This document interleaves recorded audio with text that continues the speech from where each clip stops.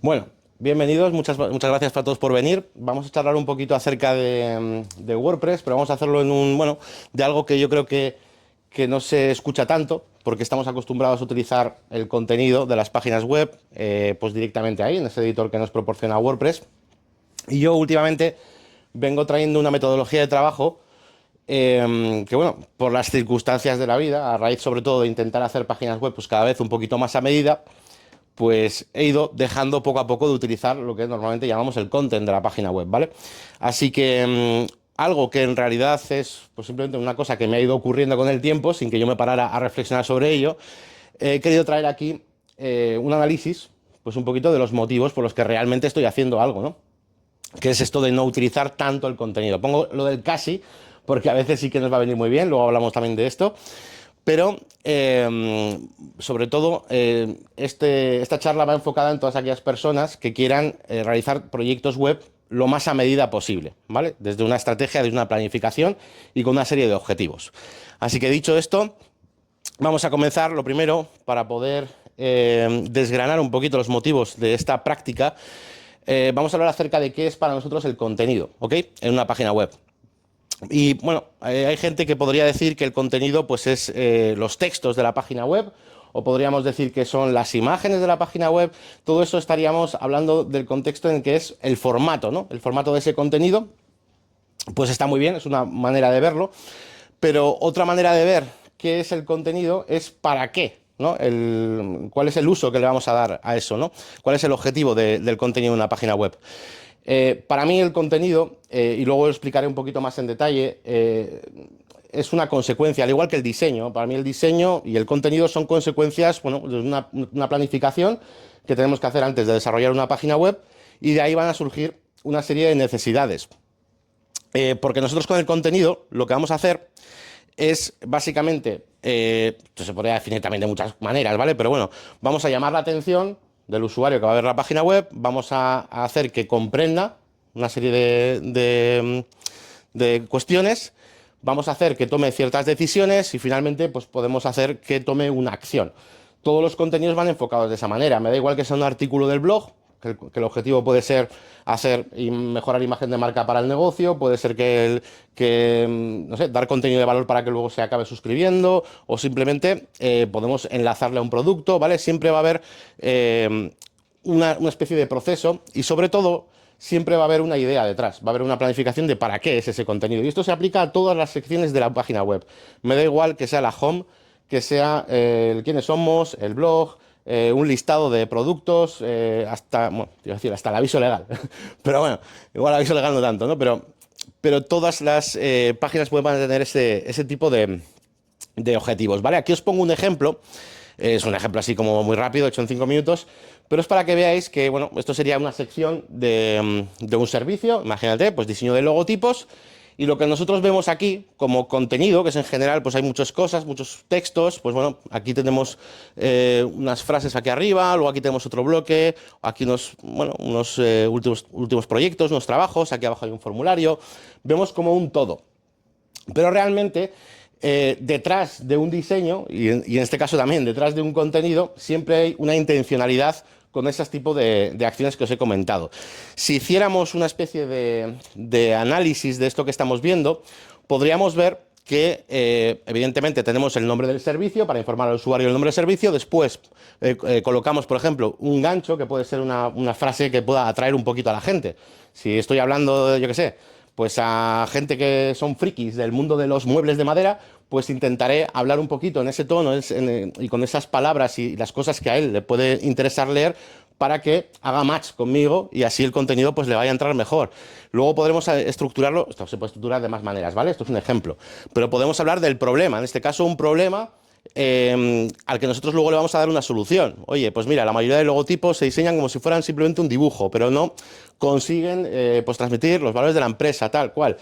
Nosotros tenemos esta solución, luego damos pruebas o damos testimonios, luego hacemos este CTA, incluso esta zona de aquí también, un poquito para picarle un poquito al usuario y también a veces meter ciertos contextos emocionales incluso, ¿vale? Esto es un pequeño ejemplo muy pequeño, evidentemente se pueden hacer cosas mucho más largas, bueno, no solo largas, sino diferentes, ¿no? También depende de lo que estés vendiendo.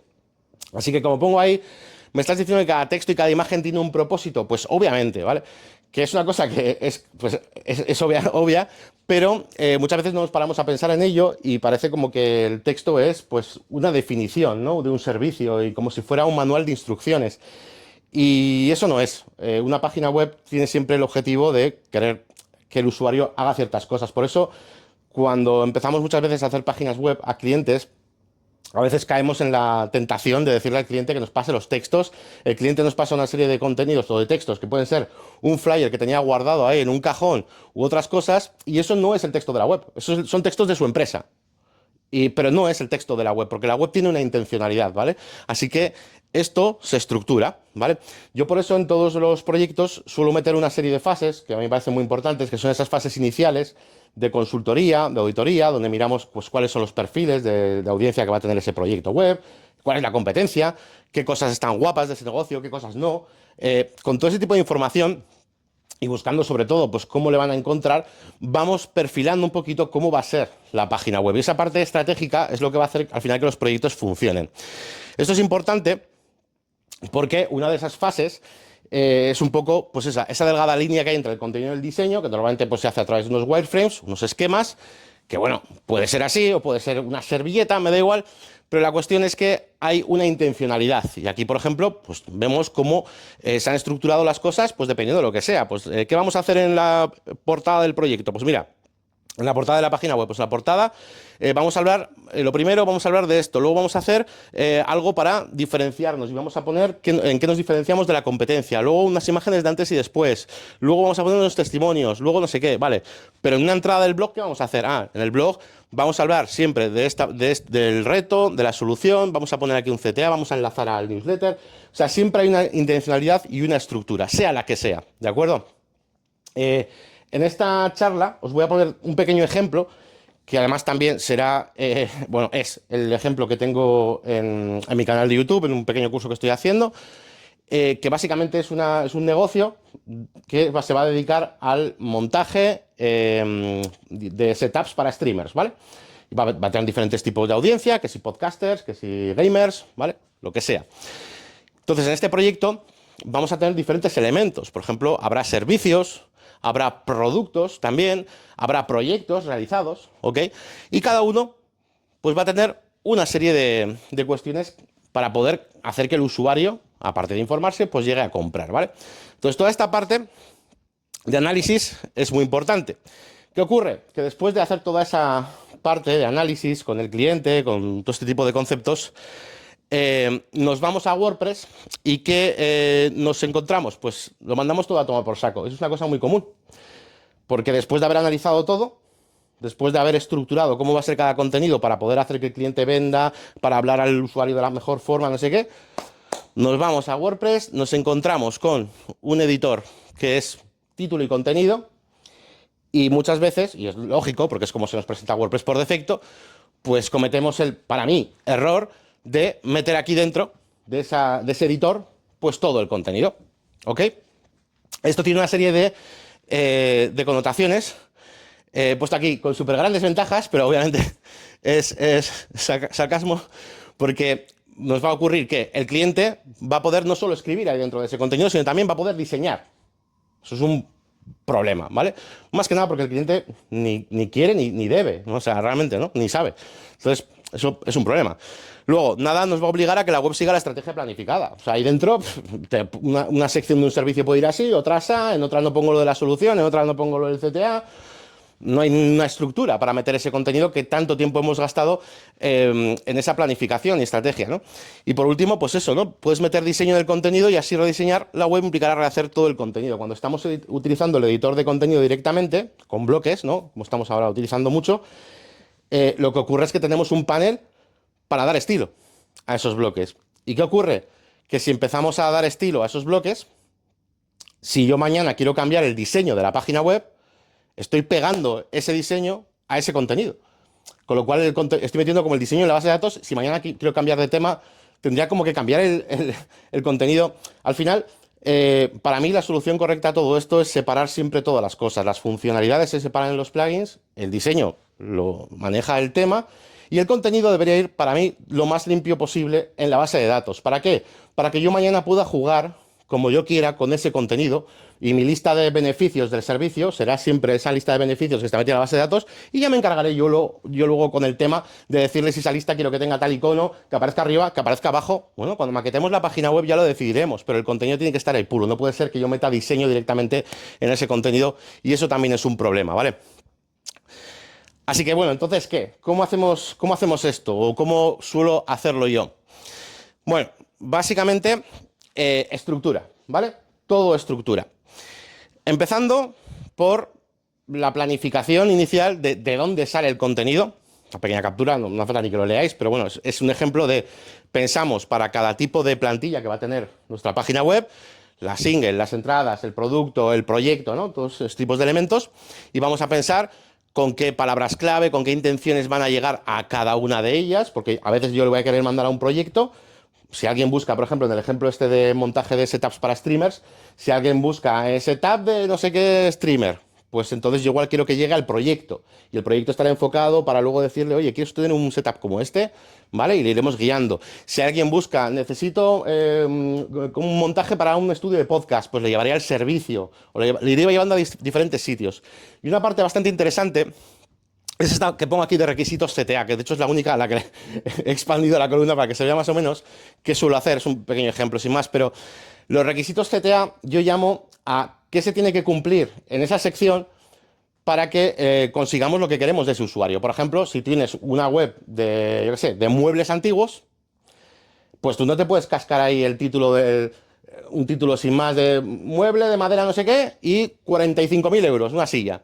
Porque la gente no va a entender eso. Entonces tendrás que darle un contexto. ¿El requisito cuál es? El requisito será decirle primero, oye, que este mueble es histórico porque pertenecía a no sé quién, a no sé cuál, no sé cuál, y luego podrás ir entendiendo el título, el precio. En cuanto a lo de los streamers, por ejemplo, o otros ejemplos, mira, un ejemplo también muy común es cuando vendemos algo que ya lo está vendiendo, por ejemplo, imagínate AliExpress, mucho más barato.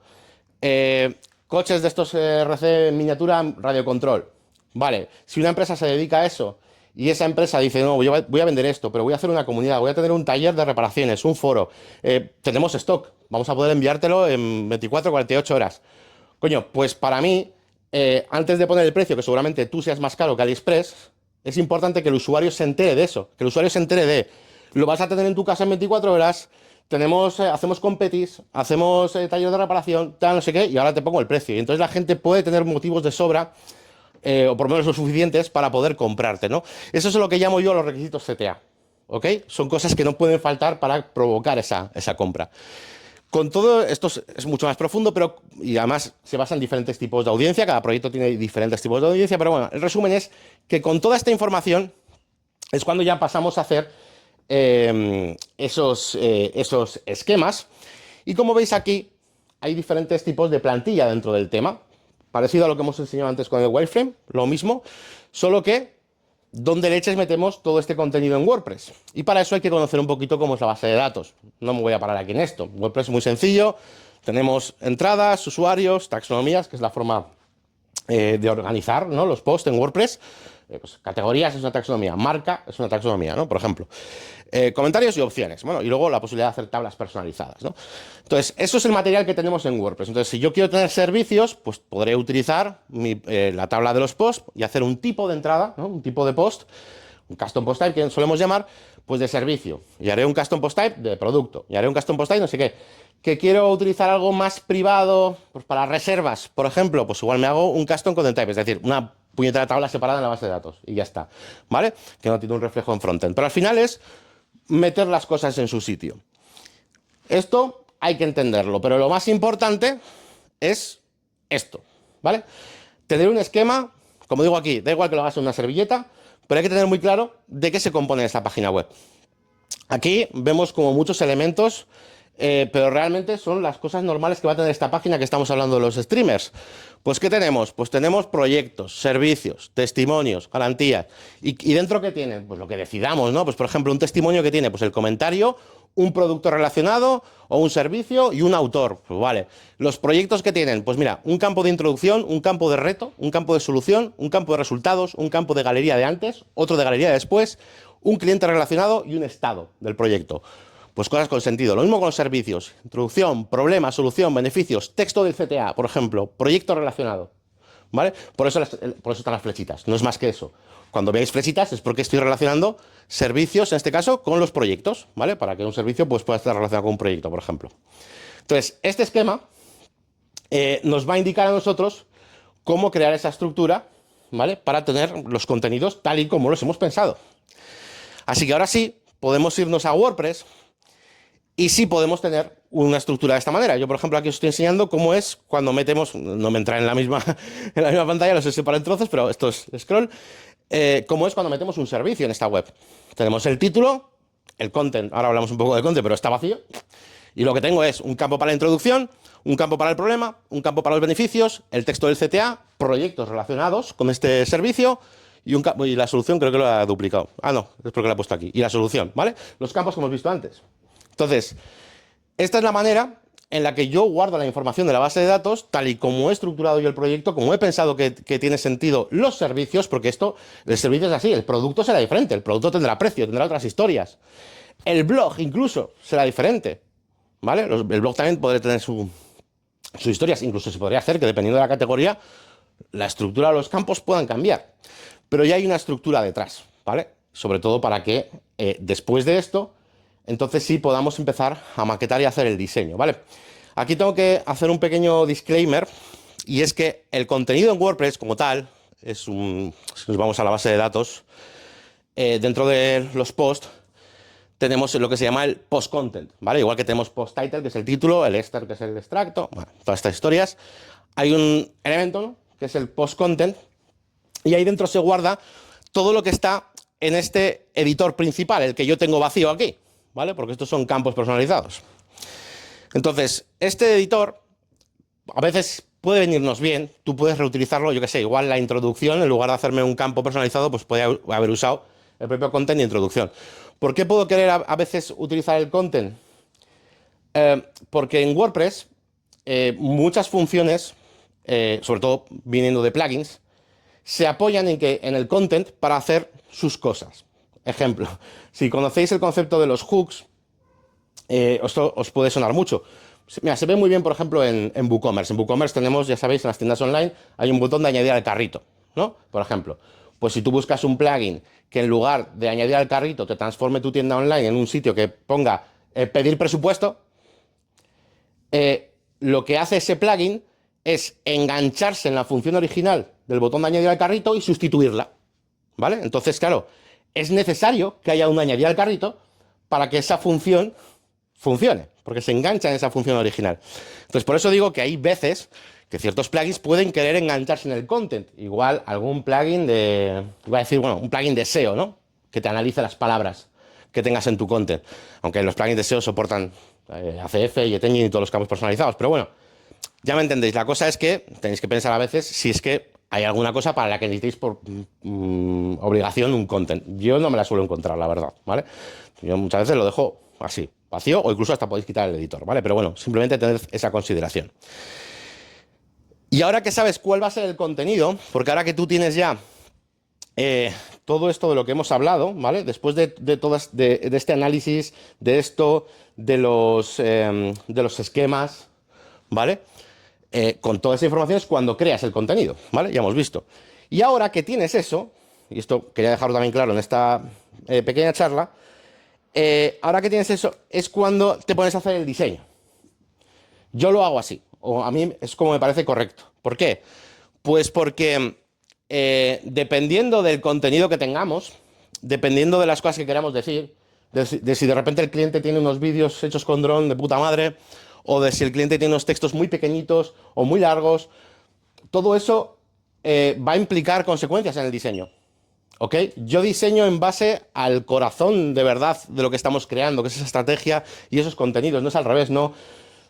Por eso tengo esa filosofía de hacer las páginas web toda la medida posible y no utilizar temas prediseñados y intentar encajar un negocio dentro de ese tema, ¿sabes? No, al revés. Yo no. Tú a mí dame el negocio como tal, los textos lo estructuramos toda medida y ahora yo creo un diseño para esto. Yo digo, bueno, pues todas las secciones de servicio van a tener una introducción, van a tener un problema y una solución, van a tener unos proyectos relacionados. Entonces, con toda esta información, es cuando yo ahora hago el diseño, ¿vale? Y me haría un diseño, pues un pequeño ejemplo como antes, pero ya está estructurado como yo quiero. Aquí está la introducción, aquí está el problema, tal, no sé qué, aquí está el proyecto relacionado, por ejemplo, bueno, lo que sea, ¿no? Entonces, todo esto, como digo, es una consecuencia, ¿vale? Es una consecuencia de haber trabajado todo lo anterior. Así que, ¿todo esto para qué? Pues el resumen es que, primero, número uno, vamos a tener todo alineado al 100% con la estrategia, con la audiencia y los objetivos del negocio. Es decir, ya no... O sea, evidentemente la podemos cagar, pero va a ser mucho más fácil que al negocio que esté alineado todo el contenido y la estructura y incluso el diseño, es que todo parte de aquí, incluso el diseño esté mejor alineado si por lo menos parte de una planificación. Nos podemos equivocar más o menos, pero desde luego si no hay una fase de planificación, olvídate. Así que por lo menos va a estar muchísimo mejor alineado. Va a impedir que el cliente tenga que diseñar. Que como digo aquí, ni sabe ni debe. Normalmente, ¿no? El cliente no tiene por qué estar diseñado, tiene que dedicarse a sus movidas de su empresa. Y el cliente cuando ve un panel de control como el de antes, pues como cuando ves WooCommerce. Tú cuando estás metiendo un producto de WooCommerce en la tienda online, ¿a que no le dices al cliente, ponte a maquetar, a diseñar cómo se ve el botón del carrito? Y el cliente ahí, voy a poner el botón del carrito a la derecha de la imagen. No, tú maquetas cómo se ven todos los productos y luego el cliente mete el precio y punto, mete las tallas. Pues es para el contenido lo mismo. Lo mismo para el contenido. Y tú vas a ser el encargado de diseñar cómo se ven las cosas, con lo cual pues hacerlo de esta manera va a impedir que el cliente tenga que diseñar nada. Simplemente va a meter el contenido y lo va a meter lo más puro posible. No hace falta que tenga que aprenderse bloques ni saber usar nada. Si algo tú detectas que se va a repetir mucho, pues lo transformas en, por ejemplo, no, es que quiero meter un slider aquí de, yo qué sé, pues con tres cosas, no me gustan mucho los sliders, pero es el típico ejemplo, con tres cosas súper importantes que quiero decirle a la peña este Black Friday. Bueno, pues chico, yo no quiero dejarle al cliente que se ponga a diseñar ahí en medio de los sliders, que van a quedar como el culo normalmente. Bueno, me voy a hacer un custom post type con una estructura como lo de antes. Igual que servicios, pues va a haber otro elemento de slides. Ya está, me lo creo, le pongo los campos que quiera, imagen de fondo, texto, enlace, botón, color si quieres de fondo, me da igual, pero que el cliente elija y escriba cosas normales. Y tú luego ya, que eres el profesional, ya diseñarás cómo se ve el slide, cuánta altura tiene, ¿vale? Entonces lo separas todo muy bien. Esto me lleva a lo siguiente, que es impedimos mezclar diseño con contenido, pudiendo cambiar de diseño temas sin problema. Esto sí que es verdad que es una cosa menos común, sobre todo si hacemos un diseño a medida, muchas veces pues no vamos a querer cambiar de tema, pero a veces sí queremos hacer cambios, test A/B. Yo tengo el diseño aquí hecho, este que estábamos medio viendo antes, y mañana digo, joder, ¿qué tal funcionaría si ponemos aquí la galería de fotos y aquí no sé qué? Si todo eso lo hemos maquetado a pelo y hemos pegado el diseño dentro del editor de WordPress, es un Cristo y tendrías que entrar en todos y cada uno de los posts. Sin embargo, si todo es dinámico, yo puedo entrar en la plantilla y coger y mover esto y ponerlo aquí arriba. Y ya está. Y cada campo va a su sitio. Y le puedo dar un aspecto diferente a las galerías o un aspecto diferente a la parte del problema. Y ya no es solo que podamos cambiar de tema, sino usando el mismo tema voy a poder modificarlo más fácil. Y por supuesto eso, lo de cambiar de tema, pues evidentemente va a ser también más fácil, porque el contenido vas a seguir teniéndolo como puro, así que puedes volver a diseñar, ¿no? Mayor probabilidad de éxito del negocio. Esto es bueno para nosotros también, pues una consecuencia, lo segundo, que es mayor valor para ti como profesional, porque haces que todo lo que has hecho de auditoría y consultoría sirva de verdad, que hoy en día a mí es una parte que me parece bastante importante, porque es donde muchos desarrolladores, sobre todo que están empezando, os podéis diferenciar un poco, porque al final, si nos ceñimos a lo típico, que muchos hemos empezado siendo, que suelo llamar yo, ejecutores de tareas, en plan, bueno, ¿y cómo quieres la web y qué cabecera? Y pásame los textos que los pego. Si te dedicas a ejecutar, te van a sustituir mucho más fácilmente pues, por mano de obra barata o por la propia IA, que lo que es ejecutar y hacer cosas, la IA te lo va a hacer cada vez mejor. Entonces, si nosotros sabemos como desarrolladores aconsejar mejor al cliente, hacer esa parte de planificación, estrategia, intentar hacer las cosas más a medida, ayudados de la IA, por supuesto. Porque fíjate, toda esa parte del anterior nos podemos ir ayudando a la IA en todos los procesos. Pero ya no es estar esperando a que te digan lo que tienes que hacer, ¿no? Eso te va a dar mucho más valor a ti como profesional, ¿vale? Así que nada más. Eso es un poquito lo que os quería comentar. Ahora, si queréis, hacemos un poquito dudas y charlamos un poquito. Me voy a presentar rápidamente, que no me he presentado, lo he dejado para el final. Me llamo Yannick y bueno, me dedico sobre todo al tema de la formación y la consultoría. Tengo una página web, que es una comunidad, que se llama lamaquinadebranding.com. Y ahí estamos todo el día en nuestro Discord resolviendo problemas, ¿vale? Nos conectamos ahí en videollamada, para arriba, para abajo. Al final, yo ahora lo que me dedico es a vuestros proyectos, a los de todos. y a resolver marrones, ¿no? Como pone ahí. Así que si queréis ser desarrolladores pero estar acompañados mientras lo hacéis, pues ahí tenéis la máquina de branding.com y tengo también un canal de YouTube que, por cierto, tenéis un curso muy bueno que os podéis ver ahora que he empezado hace poco ese curso. Y nada más, muchas gracias.